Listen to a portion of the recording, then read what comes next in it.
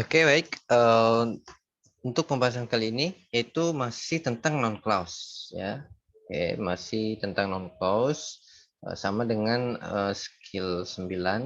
Namun di skill 10 ini itu lebih fokus ke beberapa noun clause connector yang bisa memiliki dua peran ya, bisa memiliki dua peran. Oke, nah biasanya konektor itu setelah konektor atau setelah conjunction itu kan dia bisa diikuti subjek verb ya. Biasanya diikuti setelah konektor biasanya diikuti subjek verb. Nah, di sini in some cases ya di beberapa case di non clause konektornya itu selain bisa jadi konektor, dia juga bisa berfungsi sebagai subjek itu sendiri ya. Pada saat yang sama, pada kalimat yang sama. Jadi konektornya juga bisa berfungsi sebagai subjek ya, bukan hanya sebagai konektor. Oke, jadi kita akan nanti menemukan ada klausa yang subjeknya itu berupa konektor gitu ya. Subjeknya itu juga berupa konektor atau konektornya juga berfungsi sebagai si subjek. Jadi biasanya langsung dilihat konektor verb langsung verb gitu ya. Biasanya kan konektor subjek verb. Nah, ini kalau ini konektor langsung verb karena konektornya juga sudah berfungsi sebagai verb. Contohnya di sini di contoh yang pertama, I don't know what is in the box. Saya tidak tahu apa yang ada di dalam kotak itu. I don't know what is in the box. Nah, di sini ada I don't know. Oke. Kemudian diikuti clause ya. Ada noun clause ya, noun clause karena dia objek dari know, objek sebagai objek verb. What is in the box ya. Konektornya what juga berfungsi sebagai subjek ya, verbnya is. What is in the box? Apa yang ada di dalam kotak itu. Oke, jadi dia sudah tidak diikuti oleh subjek lagi ya konektornya, dan memang tidak bisa diikuti oleh subjek lagi karena jadinya aneh nanti ya, di pemaknaannya nanti aneh. Misalnya I don't know what it is in the box. What it is in the box. Jadi kita tambahkan it misalnya setelahnya sebagai subjek. I don't know what it is in the box. Jadi agak aneh. Dia jadinya double subject juga ya. Jadinya nanti double subject. Jadi langsung aja I don't know what is in the box. Saya tidak tahu apa yang ada di dalam kotak itu ya. Kemudian we are concerned about who will do the work. Oke, nah di sini ada who will do the work sebagai non clause ya, yang posisinya sebagai objek preposisi karena jatuhnya setelah preposisi about. Ya. Di sini ada we are subject sebagai subjek verb ya, we are concerned sebagai subjek verb main clause-nya, kemudian di object of preposisinya tadi noun clause ya. Who will do the work? Oke, who-nya di sini sebagai konektor juga sebagai subjek ya. Oke, we are concerned about who will do the work, siapa yang akan melakukan pekerjaan itu gitu ya. Siapa yang akan ya. Jadi langsung konektor siapa ya, siapa yang akan who will do the work. Nah, kalau kita tambahkan lagi subjek di sini di tengahnya nanti jadinya double subjek ya. Oke, who he misalnya. Who he masa who he atau who she gitu. Oke. Jadi langsung gitu ya konektor verb. Nah, karena konektornya juga sudah sebagai subjek. Oke, what, who gitu ya. Kemudian ada whoever ya, whoever is coming, siapapun yang datang ke the party, ke pesta, must bring a gift, harus membawa gift, hadiah ya. Nah, ada verb must bring, ini clause-nya di depannya sebagai subjek.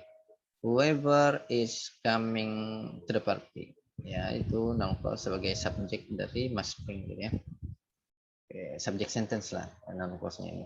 Kemudian di dalam clause-nya itu sendiri, noun clause itu sendiri polanya ada konektor whoever yang diikuti verb is coming gitu ya. Whoever is coming, siapapun yang datang ke pesta. Nah, jadi seperti itu. Jadi intinya ada beberapa konektor atau case ya, kasus di non clause itu konektornya bisa jadi selain jadi konektor, dia juga bisa berfungsi sebagai subjek itu sendiri gitu ya. Oke. Nah, contoh bla bla bla was on television made me angry. Nah, di sini ada verb ya. Was made. Oke. Kedua verb television made me angry. Oke. Ini kan made di sini tidak ada subjeknya ya. Made television tidak bisa jadi subjek karena ada preposisi on gitu. Nah, berarti kemungkinan adalah subjeknya ini sebenarnya ini ya, dari sini sampai sini gitu ya. Subjeknya ini berupa clause saya. Berupa clause. Subjeknya berupa, nah yang bisa jadi clause yang bisa jadi subjek, clause yang bisa jadi subjek itu kan non clause berarti ya.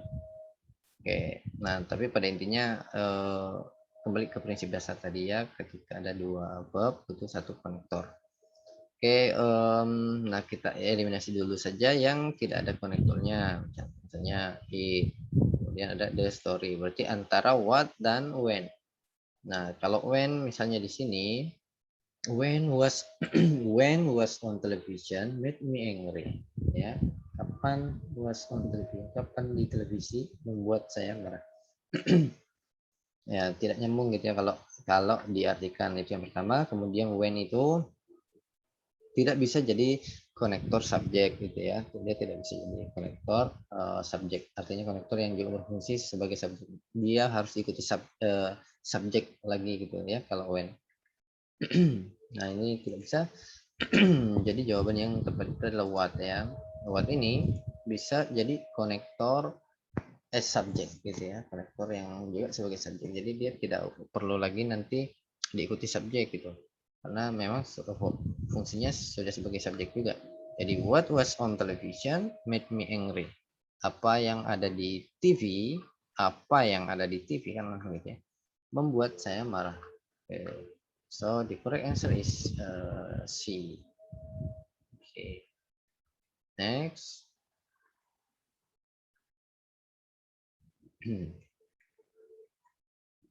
Nah, jadi ini ada beberapa noun clause connector ya, konektor yang fungsinya tadi itu bisa sebagai subjek juga.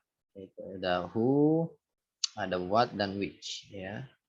Kemudian turunannya ada whoever ya, whatever dan whichever. Jadi ingat yang tiga ini aja, who, what dan which ya. Jadi who, what dan which ini adalah konektor noun clause yang bisa berfungsi sebagai subjek juga ya. Jadi yang tiga ini who, what, which. Who sebenarnya 6 ya, cuman ini turunannya. Who misalnya jadi whoever gitu ya, what, whatever, whichever. Jadi ingat aja. Jadi tadi konektor kayak when, whether, if atau how itu tidak bisa jadi subjek gitu ya, tidak bisa jadi konektor as subjek, dia harus diikuti subjek. Nah, kecuali yang tiga ini who, what, dan which. Oke. Nah contoh I know what happened. Nah ini kan langsung I know ya, subjek verb diikuti objek berupa noun clause what happened. Oke, konektornya berupa what. Nah ini bisa dia sebagai konektor juga sebagai subjek ya, subjek. What happened langsung verb happen. Atau ketika non clause-nya sebagai subjek di bawah ini what happened was great. What happened was great. Great. What happened was great. Apa yang terjadi was great. Luar biasa gitu ya. Langsung setelah konektor what langsung diikuti verb happen gitu ya. Dia sebagai subjek dari was. Nah, itu dia. Oke. Jadi ingat nih, who, whoever, what, whatever, which, whichever. Bisa punya dua peran di saat yang sama gitu ya. Sebagai konektor dan sebagai subjek. Oke. Ya. Pada saat yang sama. Coba kita lihat ke beberapa contoh soal. Untuk exercise 10, nomor 1 korek ya. The game show contestant was able to respond to whatever was asked. Oke. Nah, whatever bisa ada konektor whatever ya, jatuh setelah preposisi itu. Oke, non-clause-nya whatever was asked. Oke, jadi langsung verb gitu ya. Nah, whatever untungnya bisa tadi bisa dia sebagai subjek gitu ya. Bisa juga sebagai subjek. Jadi langsung whatever was asked, apapun yang ditanyakan gitu. Makanya correct nih. Karena ya itu tadi ya, whatever masuk di konektor yang bisa berfungsi sebagai subjek. Oke, jadi di sini dia juga fungsinya sebagai selain sebagai konektor juga sebagai subjek dan kemudian langsung diikuti oleh verb ya, subjek verb. Oke.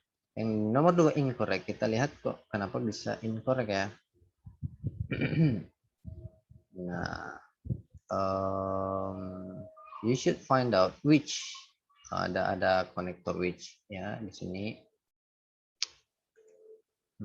Which ya ini you should find out, ini subjek verbnya, jadi ada subjek verb gitu ya, find out diikuti clause mestinya ya karena ada konektor which ya, berarti mestinya di sini noun clause ya karena jatuh setelah find out. Nah, ada which. Nah, di sini yang kurang adalah verbnya ya. Karena ada konektor which. Nah, dia butuh verb. Oke, ingat tadi ya, ketika ada satu konektor berarti akan ada dua verb sentence di dalam kalimat. Nah, berarti ini incorrect ya, karena missing verb, kurang verbnya satu. Nomor 3, the employee was unhappy. Nah, di sini kan sudah ada subjek verb ya. The employee was unhappy gitu ya. About employee was subjek verbnya ya. Unhappy about, ada preposisi about gitu. Nah, kemudian ada konektor. Ini what was added to this job. Oke, jadi ini noun clause konektor ya. Jatuhnya setelah preposisi about. Coba lihat lengkap enggak? Nah, what was added? Konektor what, kemudian diikuti verb ya, was added. What ini kebetulan adalah itu tadi ya. What itu bisa sebagai konektor juga sebagai subjek ya. Konektor as subject, what ini masuk konektor as subject, sehingga di sini ya boleh saja langsung diikuti oleh verb ya karena dia sudah berfungsi juga sebagai subjek. What was added ya, mengenai apa yang ditambahkan gitu ya, apa yang ditambahkan ke job description. Oke, dia merasa tidak senang mengenai apa yang ditambahkan ke, jadi langsungnya apa yang ditambahkan. Oke, nomor 3 itu what was added. Oke, ini correct ya, correct. Kemudian ada nomor 4.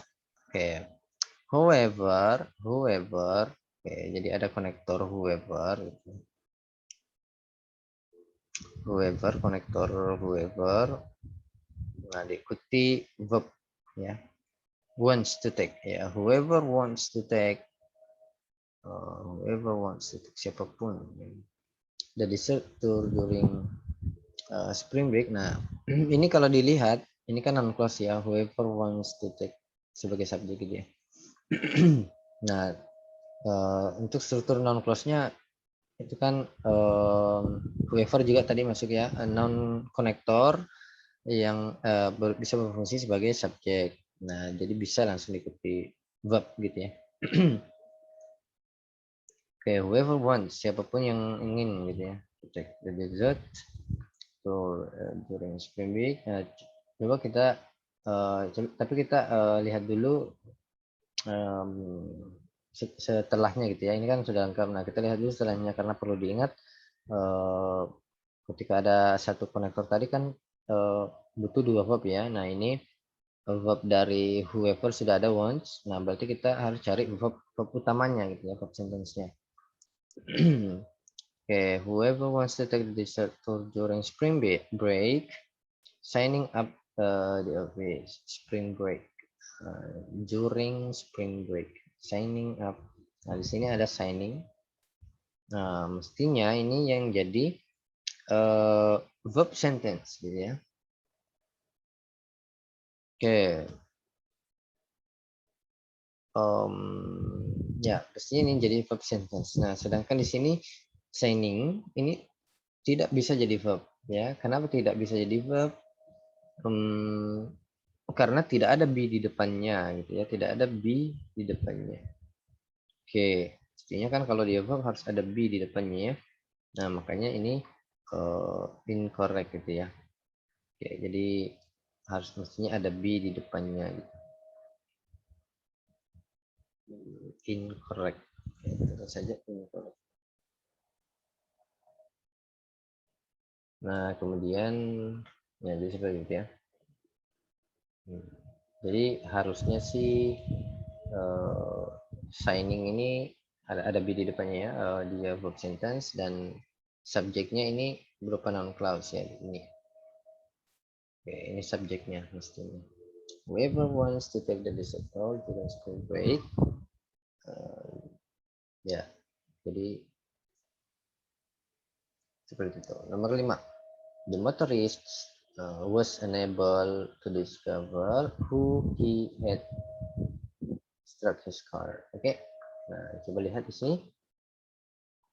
Ada konektor who ya.